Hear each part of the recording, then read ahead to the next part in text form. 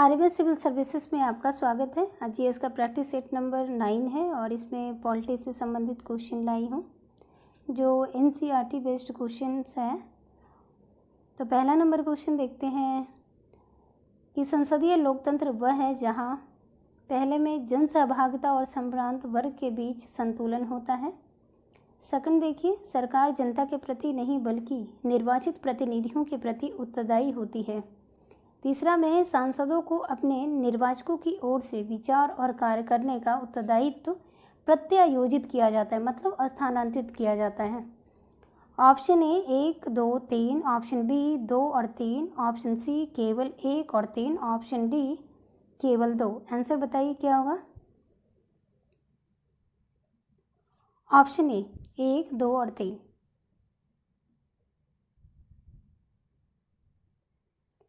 संसदीय लोकतांत्रिक व्यवस्था में जन सहभागिता और संभ्रांत वर्ग के बीच संतुलन होता है। ठीक है,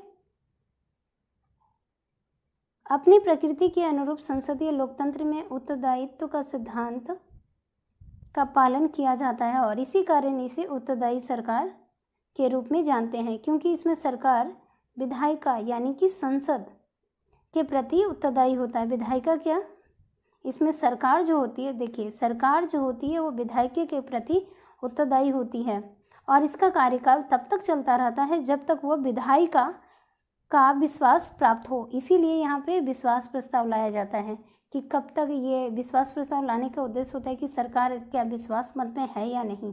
अतः कथन 2 सही है। संसदीय लोकतांत्रिक व्यवस्था में निर्वाचकों की ओर से विचार और कार्य करने का उत्तरदायित्व सांसदों को दिया जाता है। ठीक है, नेक्स्ट क्वेश्चन देखिए, निम्नलिखित में से कौन सी एक अध्यक्षात्मक प्रेसिडेंशियल स्वरूप की सरकार की विशेषता है। ऑप्शन ए, राष्ट्रपति विधायी निकाय का हिस्सा नहीं होता है। ऑप्शन बी, यह विधायी और कार्यपालिका कृत्यों को पृथक नहीं करता है। ऑप्शन सी, राष्ट्रपति सामूहिक उत्तरदायित्व के सिद्धांत का पालन करता है। ऑप्शन डी, राष्ट्रपति की पदावधि विधानमंडल पर निर्भर करती है। आंसर बताइए क्या होगा, क्या विशेषता होती है। ऑप्शन ए, राष्ट्रपति विधायी निकाय का हिस्सा नहीं होता है। इसकी विशेषता देखिए कि राष्ट्रपति प्रतीकात्मक राज्याध्यक्ष नहीं होता है बल्कि वास्तविक होता है। ठीक है, अध्यक्षात्मक शासन प्रणाली में अब भारत में क्या है, वास्तविक प्रमुख कौन होता है, तो प्रधानमंत्री होता है और राष्ट्रपति जो होता है भारत में वो प्रतीकात्मक होता है। ठीक है, संवैधानिक प्रमुख होता है, औपचारिक प्रमुख होता है। सेकंड देखिए, कार्यपालिका के प्रमुख अर्थात राष्ट्रपति का चयन या तो जनता सीधे करती है या निर्वाचक मंडल करता है। राष्ट्रपति विधानमंडल का अंग नहीं होता है, इसलिए सामान्य स्थितियों में विधानमंडल उसे हटा नहीं सकता। कार्यपालिका को विधायिका की जिम्मेदारियां नहीं निभानी होती हैं, यानी वो स्वतंत्र होता है। तीसरा नंबर क्वेश्चन देखिए कि निम्नलिखित में से कौन सी एक भारतीय परिसंघवाद की विशेषता नहीं है, इसमें पूछा है। ऑप्शन ए, प्रत्येक राज्य सरकार की स्वयं की शक्तियां होती है, क्या होती है। ऑप्शन बी, न्यायालयों को संविधान और सरकार के विभिन्न स्तरों की शक्तियों का निर्वाचित करने की शक्ति होती है। राज्य, ऑप्शन सी में है राज्य केंद्रीय सरकार के अधीनस्थ है। ऑप्शन डी, सरकार के स्तर के लिए राजस्व के स्रोत स्पष्ट रूप से विनिर्दिष्ट है। क्या इसमें से आंसर क्या होगा। ऑप्शन सी, राज्य जो है केंद्र सरकार के अधीनस्थ नहीं है, ये गलत है, यहाँ पे अधीनस्थ नहीं है। और ये सब पॉइंट तो सही है, ये एक बार देख लीजिएगा।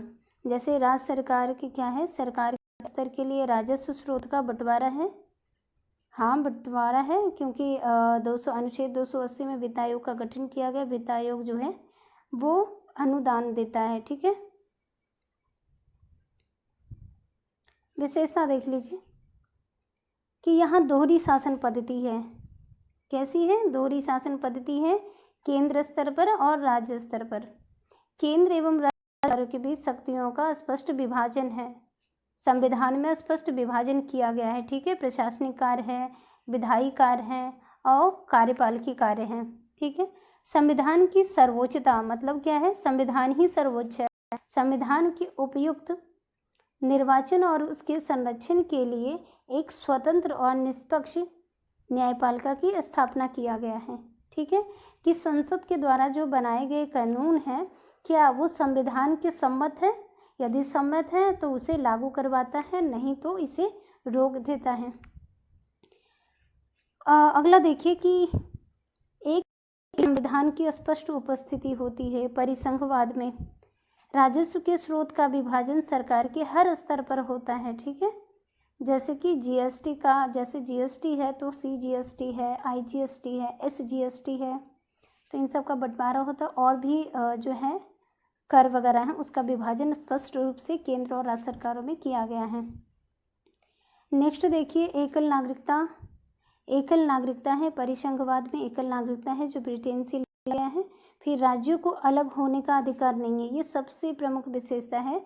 जैसे अमेरिका में क्या है कि राज्य अलग हो सकते हैं, पर भारत में इसकी अपनी विशेषता है कि राज्यों को अलग होने का अधिकार नहीं है। लास्ट देखिए कि राज्य केंद्र सरकार के अधीनस्थ नहीं होता बल्कि एक अलग इकाई होता है, ओके। फोर्थ नंबर क्वेश्चन है अध्यक्षात्मक शासन प्रणाली के बारे में निम्नलिखित में से कौन सा कथन सही है। ऑप्शन ए शासनाध्यक्ष राज्याध्यक्ष भी होता है, क्या ये सही है। दूसरे में देखिए कार्यपालिका विधायी कार्यों को वीटो कर सकता है, मतलब अपनी शक्ति का प्रयोग कर किसी भी कानून को रोक सकता है, वीटो कर सकता है, प्रतिबंध लगा सकता है। ऑप्शन ए में देखिए केवल एक है, ऑप्शन बी केवल दो, ऑप्शन सी एक और दो, ऑप्शन डी ना तो एक ना तो दो।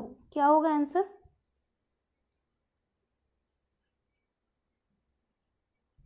Option C. इसकी विशेषता देखिए कि राष्ट्रपति का निर्वाचन जनता द्वारा प्रत्यक्ष रूप से होता है और भारत में कैसे होता है, जैसे राष्ट्रपति शासन क्या है अध्यक्षात्मक शासन प्रणाली कहाँ है, यूएसए में है, ओके। तो राष्ट्रपति का निर्वाचन जनता द्वारा होता है, प्रत्यक्ष रूप से होता है। भारत में क्या होता है, अप्रत्यक्ष रूप से होता है, ओके, अप्रत्यक्ष रूप से होता है या जनता द्वारा इस उद्देश्य के लिए निर्वाचन गण द्वारा होता है। राष्ट्रपति केवल प्रतीकात्मक राज्याध्यक्ष नहीं होता अपितु वास्तविक राज्याध्यक्ष होता है, और भारत में क्या होता है कि प्रतीकात्मक होता है। राष्ट्रपति ही कार्यपालिका का प्रमुख होता है और वो विधानमंडल का अंग नहीं होता। ये इंपॉर्टेंट क्वेश्चन बनता है कि वो विधानमंडल का अंग होता है या नहीं, तो नहीं होता है, और वो वास्तविक प्रमुख होता है। राष्ट्रपति पर यह बाध्यता नहीं होती है कि वह विधायिका के सदस्यों में से अपने विधानमंडल का चयन करे, ऐसी बाध्यता उनमें नहीं होती है। और यहाँ पे देख लीजिए कि कार्यपालिका विधायी कार्यों को वीटो कर सकती है, मतलब रोक सकती है। 5 नंबर क्वेश्चन देखिए संकीर्ण राजनीतिक संस्कृति समानता कहाँ देखी जाती है। संकीर्ण मतलब छोटा रूप देखते हैं, तो कहाँ देखेंगे। ऑप्शन ए विकासशील समाज में, ऑप्शन बी बहुदलीय पद्धति वाले समाज में, ऑप्शन सी विकसित समाज में, ऑप्शन डी राजतंत्रीय समाज में। कहाँ देखेंगे संकीर्ण राजनीतिक संस्कृति, तो ऑप्शन ए विकासशील समाज में देखेंगे।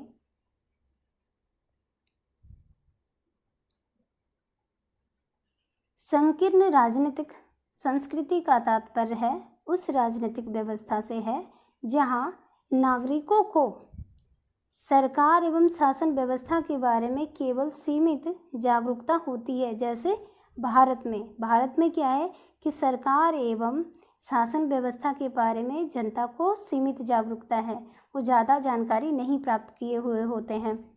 समानतः वो विकासशील समाज में ऐसी विशेषता देखी जाती है। कैसी विशेषता, तो संकीर्ण राजनीतिक संस्कृति की विशेषता। अब है राजनीतिक संस्कृति को समानतः 4 वर्गों में बांटते हैं, तो देख लीजिए। इसका डेफिनेशन बस थोड़ा ध्यान रखना है कि क्या कहते हैं। जैसे पहला जो है संकीर्ण राजनीतिक संस्कृति, जिसमें समझ गए हैं कि जनता सरकार तथा उसके शासन के प्रति जनता को सीमित जागरूकता होती है, ये जान लिए। फिर है प्रतिभागी राजनीतिक संस्कृति, समानता विकसित समाज में इसकी विशेषता पाई जाती है जहां नागरिकों को राजनीतिक तंत्र के बारे में पर्याप्त जागरूकता होती है। विषयक राजनीतिक संस्कृति का मतलब होता है कि राजतंत्रीय समाज में, क्वेश्चन ये आएगा कि राजतंत्रीय समाज में किस प्रकार की राजनीतिक संस्कृति होती है, तो विषयक प्रकार की, जहां नागरिकों को राजनीतिक तंत्र के बारे में जागरूकता होती है, चाहे वो उसे पसंद करते हो या नहीं करते हो। यानी कि राजनीति के विषय में जागरूकता होनी चाहिए, या मतलब कि जनता को पता होता है कि क्या है क्या नहीं, हम पसंद करते नहीं पसंद करते उससे कोई मतलब नहीं होता है। ओके, लास्ट है राजनीतिक उप संस्कृति। जब राजनीतिक व्यवस्था समाज में तेजी से बदलती जरूरतों के अनुरूप आगे बढ़ने में असमर्थ हो, मतलब रूढ़िवादी तत्वों से वो घिरा हुआ हो, वो अपने आप को बदलती परिस्थितियों में अपने आप को ढाला नहीं हो, तो उस संस्कृति को कहेंगे राजनीतिक उपसंस्कृति। और यह किस में देखी जाती है, तो रूढ़िवादी व्यवस्थाओं में देखी जाती है। 6 नंबर क्वेश्चन देखिए कि संवैधानिक शासन के बारे में निम्नलिखित कथनों पर विचार कीजिए। संवैधानिक शासन में मतलब किस संविधान के द्वारा जो शासित देश हैं, तो संवैधानिक शासन में क्या क्या विशेषता हो सकती है, तो यह सीमित शासन का रूप है। ऐसा है क्या? हाँ, होता है। ऐसा शासन है जहाँ संविधान लोक प्राधिकार का आधार है, लोक प्राधिकार का आधार है। ओके, मतलब क्या होता है, संविधान लोक प्राधिकार का आधार है, मतलब कि लोगों को कार्य करने, जैसे प्राधिकारियों को काम करने के लिए संविधान एक स्रोत है कि किस प्रकार कार्य करना है। तीसरे नंबर में देखिए कि ऐसा शासन जहां सम्राट राज्य का औपचारिक अध्यक्ष है, यहाँ तो सम्राट जैसी भावनाएं तो नहीं है। और ऐसा शासन है जहां सदैव सार्वभौमिक वयस्क मताधिकार है। सदैव यहाँ पे है, सदैव नहीं होगा, यहाँ पे समानता होता तो शायद सही होता। तो इसमें आंसर क्या होगा? ऑप्शन ए में देखिए 1 और 2 होगा, ऑप्शन बी में 2 और 3, ऑप्शन सी में 1 2 3, ऑप्शन डी में केवल 1 और 3। बताइए क्या होगा?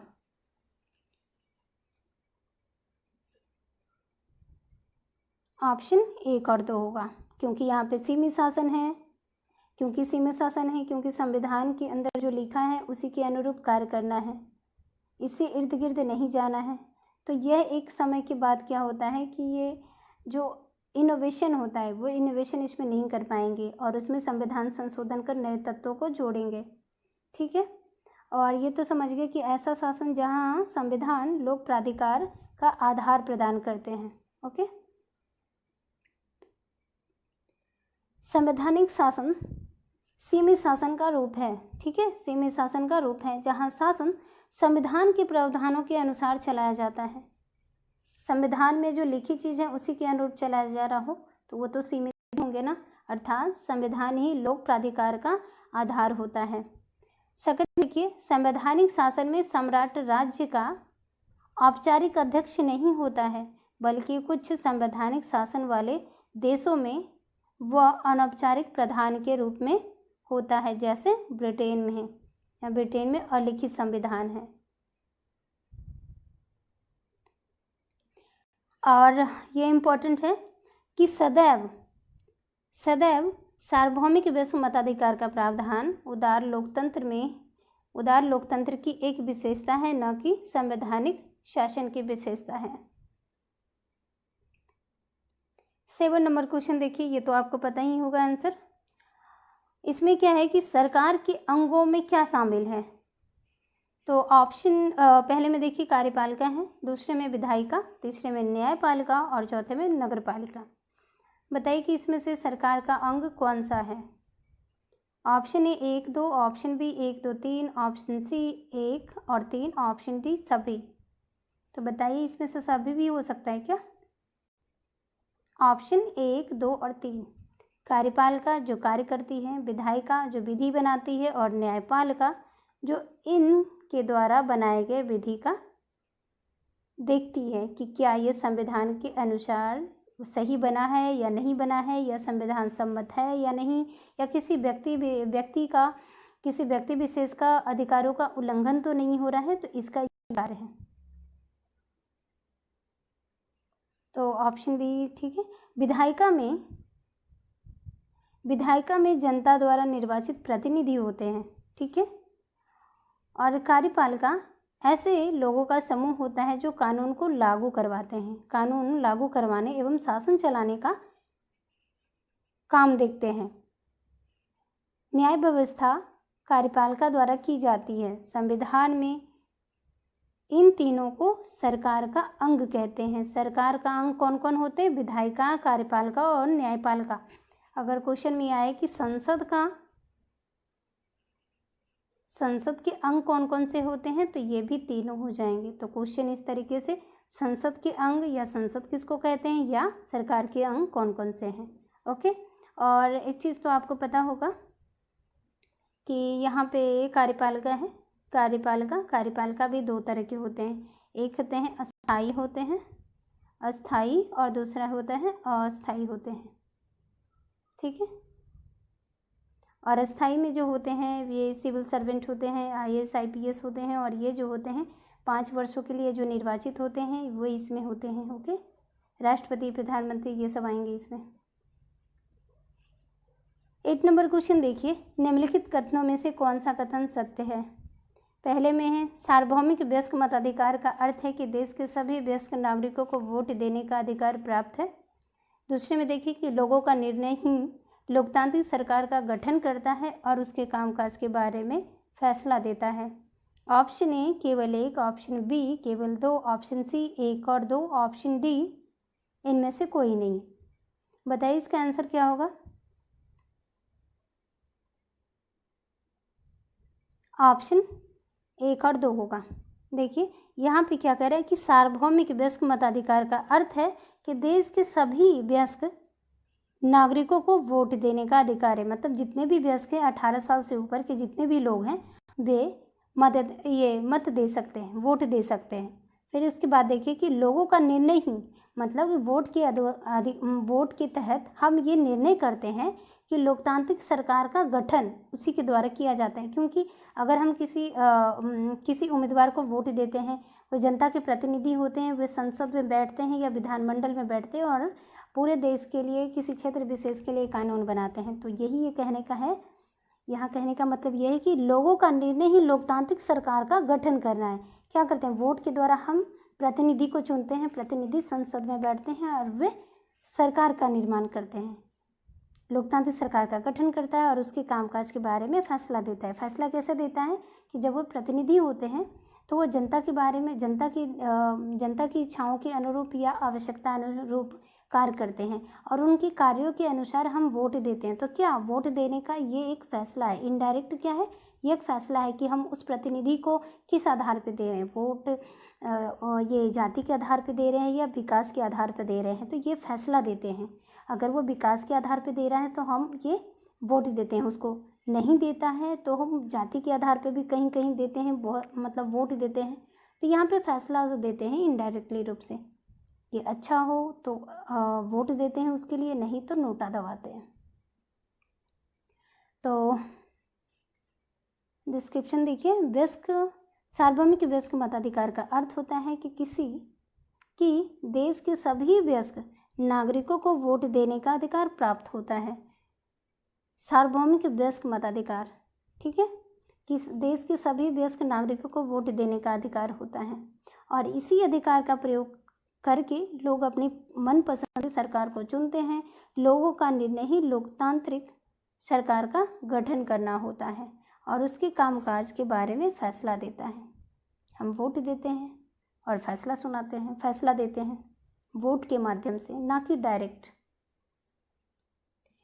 9 नंबर क्वेश्चन देखिए, फिर से आ गया अध्यक्ष शासन प्रणाली।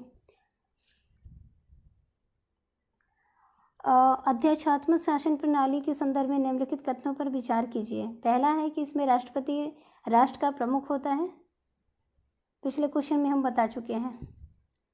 और दूसरे में देखिए इसमें राष्ट्रपति सरकार का भी प्रमुख होता है। और तीसरे में इसमें राष्ट्रपति का चुनाव आमतौर पर प्रत्यक्ष रूप से होता है। और फोर्थ में इसमें राष्ट्रपति विधायिका के प्रति जवाबदेह नहीं होता है। कौन सा कथन सत्य है? ऑप्शन ए केवल एक, ऑप्शन बी 1, 2, 4 और 1, 3, 4, ऑप्शन सी 3 और 4, ऑप्शन डी सभी। क्या होगा आंसर बताइए? इसमें सभी होगा।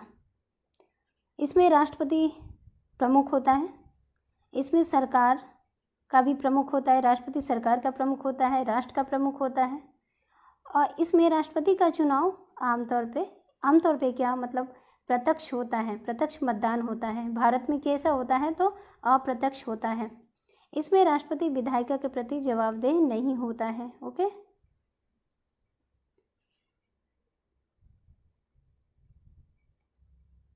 तो ये आप ये देख लीजिएगा।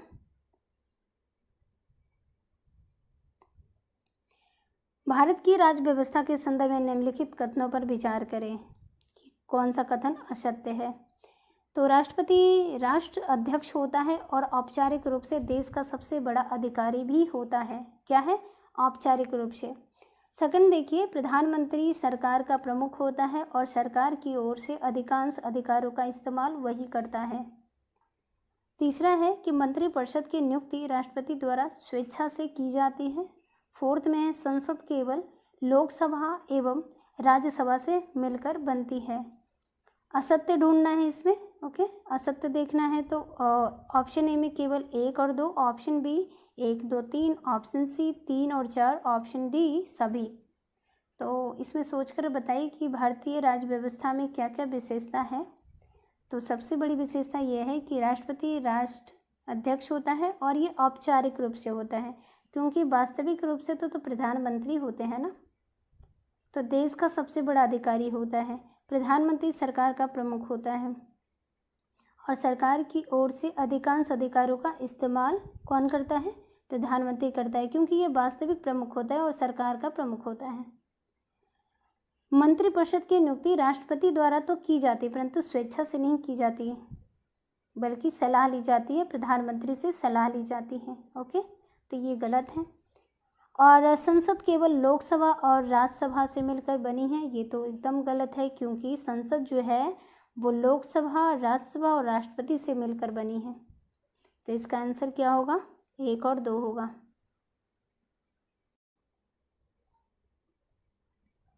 और सॉरी, यहाँ पे हुआ है समान अधिकार कि कोई किसी से बड़ा छोटा नहीं है यहाँ पे। और यहाँ पे जो है केंद्र सरकार है, उसके नीचे राज्य सरकार है। ओके, और इसके नीचे है स्थानीय सरकार। तो ऑप्शन ए होगा, केवल 1 होगा आंसर। ओके, नेक्स्ट देखिए यहाँ पे कि केंद्र, राज्य एवं स्थानीय स्तरों की सरकारों के बीच सत्ता का बंटवारा क्षैतिज न होकर ऊर्ध्वाधर प्रकृति का होता है। क्षैतिज नहीं होता, बल्कि ऊर्ध्वाधर प्रकृति को होता है। पहले केंद्र होता है और राज्य होता है, स्टेट होता है, और फिर स्थानीय सरकार होती है।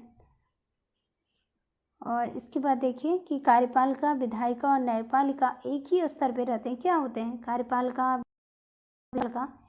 एक ही स्तर पर रहकर अपनी अपनी शक्तियों का प्रयोग करते हैं और नियंत्रण और संतुलन की व्यवस्था को पूर्ति करते हैं। शक्ति संतुलन का सिद्धांत इन तीनों पे लागू होता है।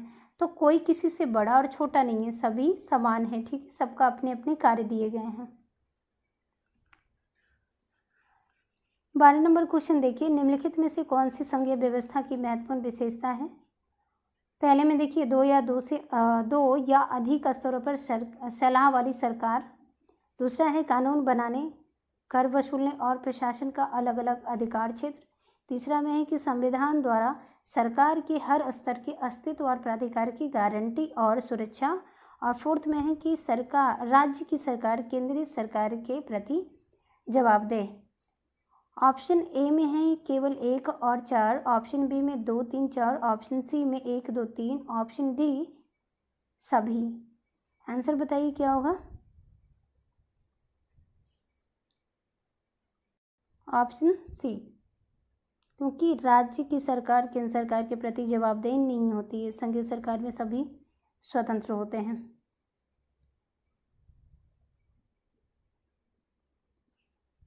राज्य की सरकार का केंद्र सरकार के प्रति जवाबदेह नहीं होता। ये संघीय सरकार की विशेषता नहीं है बल्कि एकात्मक व्यवस्था है।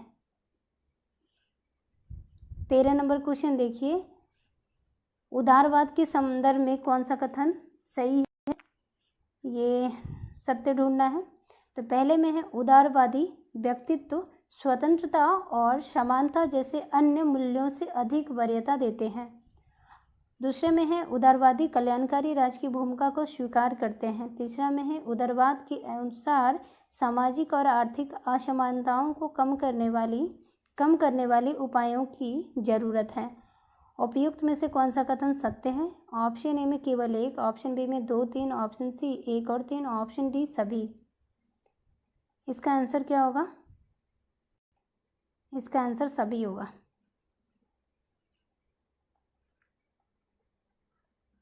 आधुनिक उदारवाद की विशेषता यह है कि इसमें केंद्र बिंदु व्यक्ति होता है। कौन होता है? व्यक्ति होता है। उदारवाद के लिए परिवार, समाज, समुदाय जैसे इकाइयों का अपने आप में कोई महत्व नहीं होता। इसके लिए इन इकाइयों का महत्व तभी होता है जब व्यक्ति इन्हें महत्व दे, नहीं तो अलग अस्तित्व नहीं होता है। उदाहरण के लिए उदारवादी कहेंगे कि किसी से विवाह नहीं करने ने व्यक्ति को लेना चाहिए, परिवार, जाति या समुदाय को नहीं। उदारवादी व्यक्तिगत स्वतंत्रता को समानता जैसे अन्य मूल्यों से अधिक वरीयता देते हैं। ऐतिहासिक रूप से उदारवाद ने मुक्त बाजार और राज्य की भूमिका का पक्ष लिया है। हालांकि अब वे कल्याणकारी राज्य की भूमिका को स्वीकार करते हैं और मानते हैं कि सामाजिक और आर्थिक असमानताओं को कम करने वाले उपायों की जरूरत है।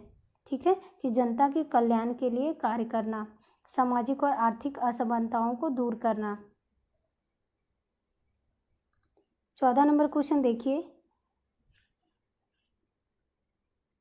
पहला है पुरोहित व्यवस्था द्वारा प्रत्यक्ष रूप से शासित राष्ट्र कहलाता है, धर्मतांत्रिक राष्ट्र कहलाता है। ओके, क्या यहाँ पे पुरोहित व्यवस्था द्वारा प्रत्यक्ष रूप से शासित राष्ट्र, ये एक्स्ट्रा लिखा गया है, शासित राष्ट्र धर्मतांत्रिक राष्ट्र कहलाता है। धर्मतांत्रिक राष्ट्र अपनी श्रेणीबद्धता, उत्पीड़न और दूसरे धार्मिक समूह के सदस्यों को धार्मिक स्वतंत्रता न देने के लिए कुख्यात रहे हैं। ठीक है। सेकंड देखिए कि धर्म और राजसत्ता के बीच संबंध विच्छेद धर्मनिरपेक्ष राज्य सत्ता के लिए जरूरी है, मगर केवल यही पर्याप्त नहीं है। धर्मनिरपेक्ष राज्य को ऐसे सिद्धांत और लक्ष्यों के लिए अवश्य प्रतिबद्ध होना चाहिए जो अंशतः ही गैर धार्मिक स्रोतों से निकलते हों। तो इसमें से कौन सा कथन सही है? ऑप्शन ए केवल एक, ऑप्शन बी केवल 2, ऑप्शन सी 1 और 2, ऑप्शन डी इनमें से कोई नहीं। ये कॉन्सेप्ट बेस्ड क्वेश्चन है, आप थोड़ा सोच समझ के बताइएगा। ऑप्शन सी होगा इसका आंसर।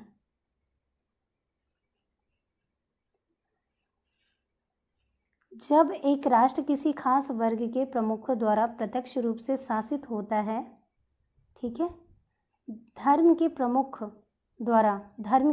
जो धर्म का प्रमुख हो, ठीक है, प्रत्यक्ष रूप से शासित होता है, वह धर्मतांत्रिक राष्ट्र कहलाता है। मतलब किसी एक धर्म को पोषण करता हो। इस प्रकार राष्ट्र लोगों के उत्पीड़न और दूसरे धार्मिक समूहों के सदस्यों को धार्मिक स्वतंत्रता न देने के लिए कुख्यात है, क्योंकि जो धार्मिक रूप से धर्मतांत्रिक राष्ट्र है वह अपने धर्म को पालन करने के लिए दूसरे संप्रदाय को उत्पीड़ित करेंगे। धर्म और राजसत्ता के बीच संबंध विच्छेद धर्मनिरपेक्ष राजसत्ता के लिए जरूरी है, लेकिन केवल इतना ही पर्याप्त नहीं है। ऐसे लक्ष्यों में शांति, धार्मिक स्वतंत्रता, धार्मिक उत्पीड़न, भेदभाव वर्जना से आज़ादी, साथ ही अंतर्धार्मिक और अंतर्धार्मिक समानता शामिल रहनी चाहिए। यहाँ पे यह है कि अंतर्धार्मिक और अंतर्धार्मिक, ठीक है।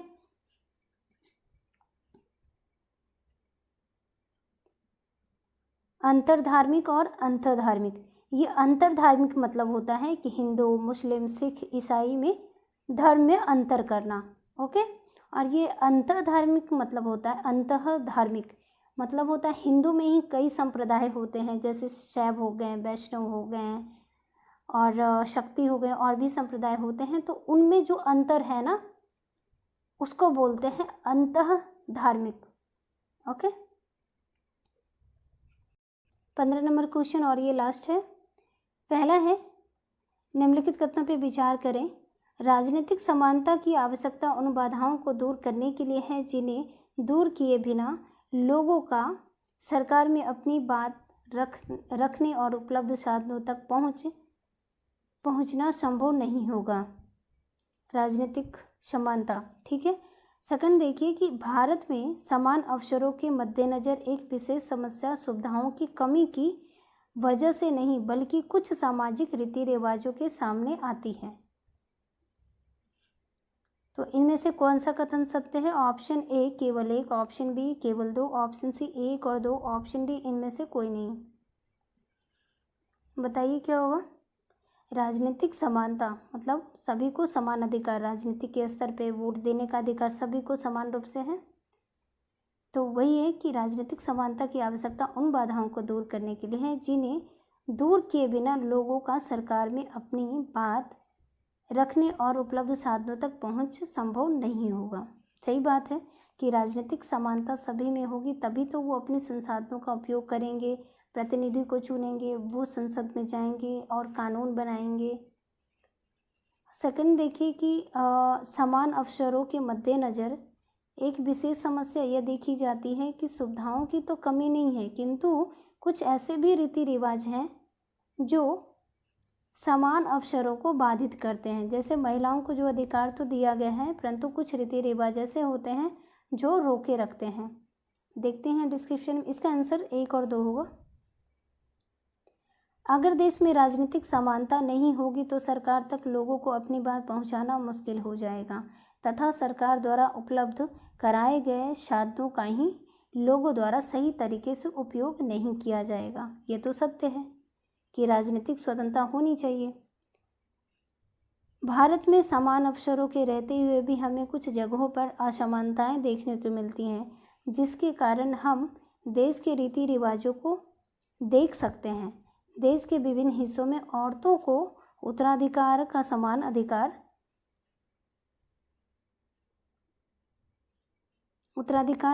अधिकार नहीं मिलता है जो औरतों को मिलना चाहिए। जैसे पुरुषों को है कि उत्तराधिकारी होते हैं और उन्हें संपत्ति का अधिकार मिलता है परंतु महिलाओं को तो नहीं मिलता, व्यवहारिक स्तर पे तो नहीं मिलता है। हालांकि सर्वोच्च न्यायालय ने भी कानून बनाया, सर्वोच्च न्यायालय के भी निर्देश हैं कि महिलाओं को भी उत्तराधिकार के तहत संपत्ति मिले। हालांकि ये बन चुका है। कुछ एक गतिविधियों में उनके द्वारा शामिल होने की पाबंदी होती है, वो शामिल नहीं होते किसी रीति रिवाज में और उन्हें उच्च शिक्षा प्राप्त करने में भी हतोत्साहित किया जाता है क्योंकि बहुत सारी महिलाएं हैं उच्च शिक्षा तक पहुंच बहुत कम होती है, 5 या 10%, वो भी मुश्किल है भाई। ऐसे मामलों में राज्य की महत्वपूर्ण भूमिका होता है, अतः दोनों कथन सकते हैं। आज ये क्वेश्चन जो था 15 तक क्वेश्चन जो था वो पूरा कॉन्सेप्ट बेस्ड क्वेश्चन था, तो उसको बार बार देखिएगा तो समझ में आएगा कॉन्सेप्ट। और आज का सेशन समाप्त हुआ। वीडियो अच्छा लगे तो आप अपने दोस्तों को शेयर करें। Okay, thank you.